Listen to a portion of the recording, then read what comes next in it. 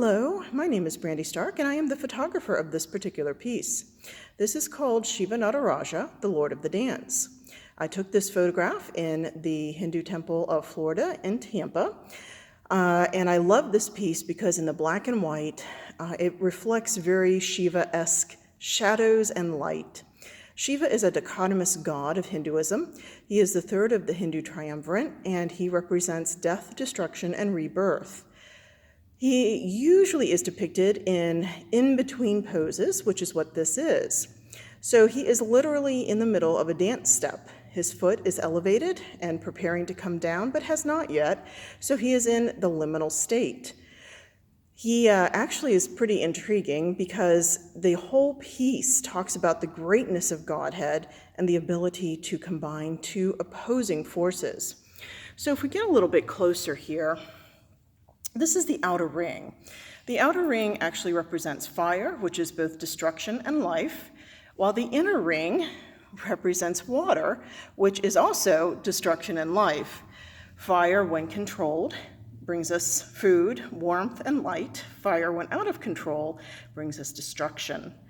The water is the same thing. Water, when controlled, brings us life and plants, but when out of control, brings flooding and destruction. At the top, he actually sports the hairdo of an ascetic. The dreadlocks represent his time in the forest meditating. He has the third eye between his two eyes, and the earrings that he wears are both male and female, representing both natures of God, motherly and fatherly. The three hands represent here a level of omnipotence.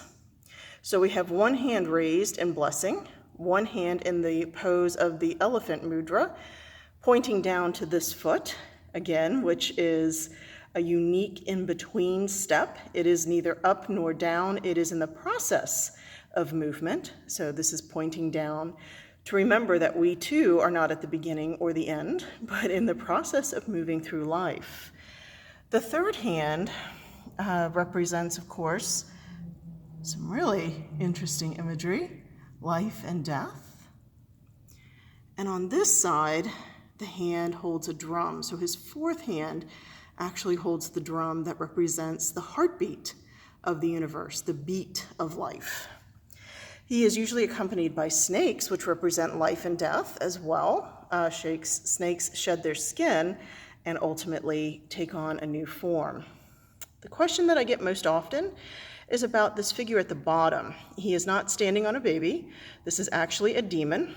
It represents ego, selfishness, self-centeredness, kind of these ideas that we are the most important and I am the most important. And here Shiva steps on this demon because it is not true. We are not the center of the universe. We are not the most important.